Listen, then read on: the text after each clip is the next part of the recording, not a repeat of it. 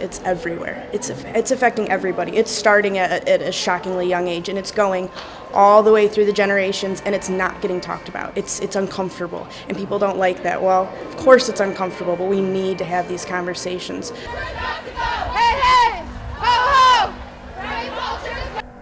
I think one of the challenges with domestic violence is that we do think that we can't identify with it unless we were a victim ourselves. But the reality is that emotional abuse is much more common than physical abuse, but it's just as devastating. I want to say that I applaud anyone who steps up in a crowd and comes out, because that's a challenging thing. Wherever we go, yes means yes and no means no. Everywhere, wherever we go, yes means yes and no means no.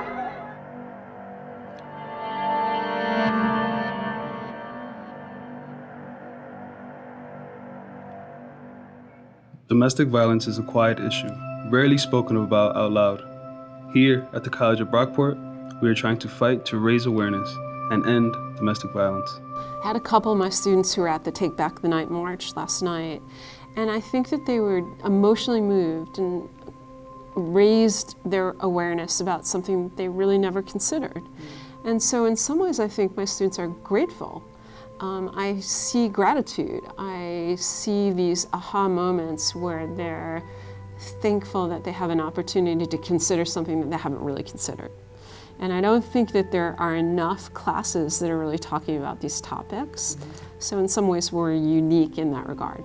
For Take Back the Night in general, it started decades ago. But yeah, it started with just all these terrible acts that people were just kind of sweeping over. And now it's becoming, you are allowed to have, you can explain your story, you can be mad about your story, you can expect justice. And that's something that's just slowly but surely becoming the norm. Tonight is a night to speak out, not only to stand together, but to work together. Take Back the Night represents the earliest worldwide stand against sexual violence, especially violence against women. Take Back the Night is an international movement that began in the 1960s and grew into hundreds of events around college campuses and in communities all over the world. The unifying theme was to protect sexual violence against women while showing support for victims. Today, these events have been documented in over 36 countries, in over 800 communities, and have reached over 30 million people with the message of strength and support. I want to say it's hard for anyone to come forward and say, I am a victim or survivor of intimate partner violence or sexual assault. So that's challenging. And it's challenging because it carries a stigma and a stereotype that says that you did something wrong. We blame victims all the time. What were you wearing? Where were you going?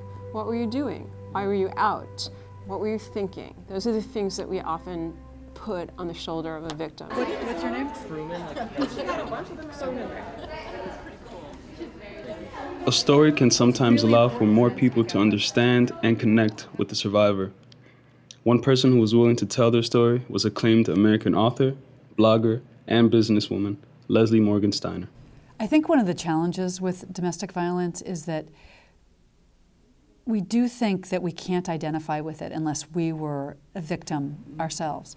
But the reality is that emotional abuse is much more common than physical abuse, but it's just as devastating. So what I find is that if people can set aside the question of whether they were physically abused or not and just focus on the feelings, that it's much easier to identify. Because we've all been in love, and we've all, almost all of us have been in love with the wrong person at some point. So it's not as strange an experience as you might imagine. Domestic violence experts will tell you that the beginning of an abusive relationship always feels like a fairy tale. And to me, that makes it sound like it's so fake. Like the person who's trying to convince you to be in an abusive relationship comes with a sign that says, I'm an abuser, and the first thing I'm going to do is try to convince you that you're in a fairy tale relationship. And it doesn't happen like that. It happens like a real fairy tale. Like the best thing that you have ever felt and heard and seen in your life. And that's what it was like with me and Connor. I know exactly when I wish that I had stood up to him and taken better care of myself.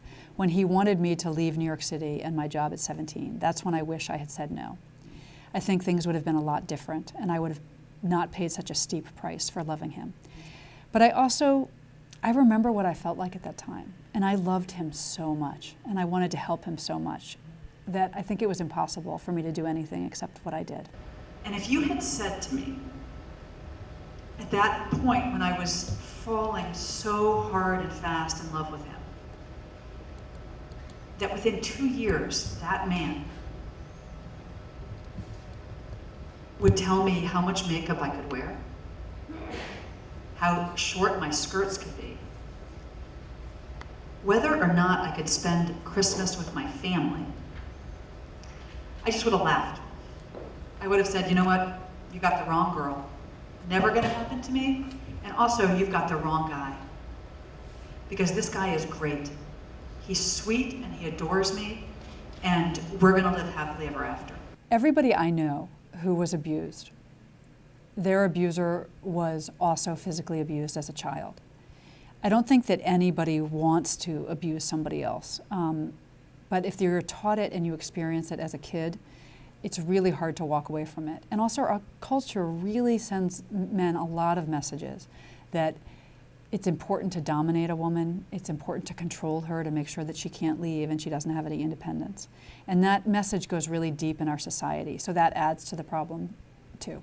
When he was 4 years old, his mother had remarried his stepfather, and the stepfather had started beating Connor. And when I say beating, I don't mean that he spanked him. Connor's stepfather broke his arm, broke his collarbone, broke his nose, broke his ribs. Connor was in the hospital several times a year, starting from the time he was 4 years old.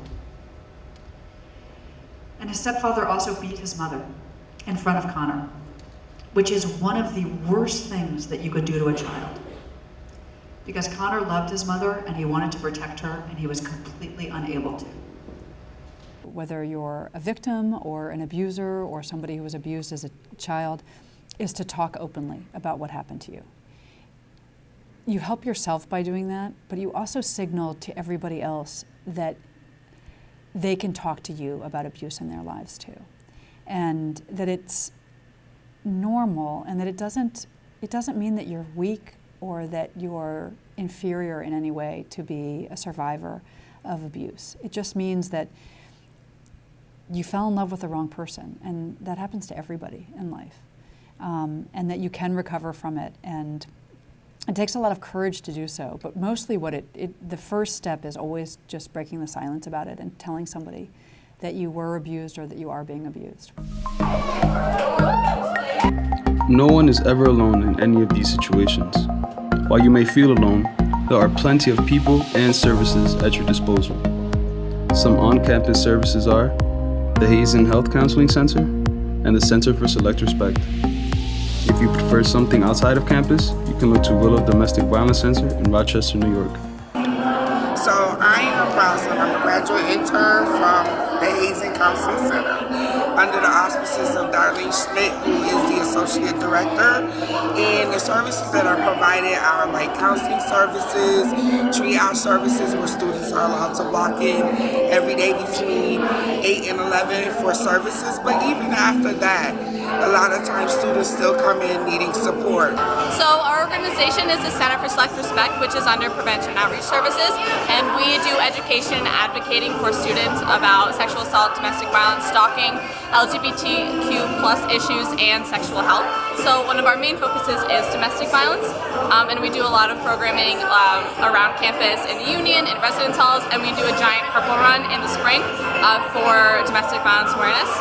Something that I've been doing personally this semester is creating a month-long communities type of program for all the different communities that are affected by domestic violence that people don't usually talk about.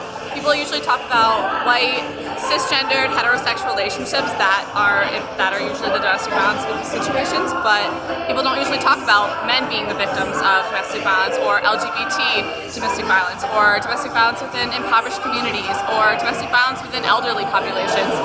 There's so much that people don't talk about that we're really trying to spread awareness of on this campus. So Willow Domestic Violence Center, you might have heard of us. as Alternatives for Battered Women. We're an organization that has been around in Rochester since the 70s, and we are here for survivors. That is our main focus. We're here to support them on a safe and empowered journey because we want to make sure that they have the supports that they need in place to find that safety in their lives, and everybody has that right to be safe. So that's what we're here for. We have a lot of different programs. We have a 24/7 hotline that's 222-SAFE. Anybody can call that at any time, any gender, any relationship. Anybody can call who feels that they're in an unsafe situation. We have counseling, we have support groups, we have a court program. I mean, we just have a wealth of programs. Our society really has come a long way in the last 20 or 30 years in terms of how we treat relationship abuse and the fact that we recognize it. And I think this is because women in the workplace, women are much more empowered and much better educated. Whether you call yourself a feminist or not, most people today really are feminists, men and women. I think we live in a culture of silence around intimate partner violence, and that culture of silence buries it deeper and deeper. The more that we can kind of unravel, or, I sometimes say peel the onion, the more that we can kind of peel that onion back, the more that we can kind of open up that culture of silence.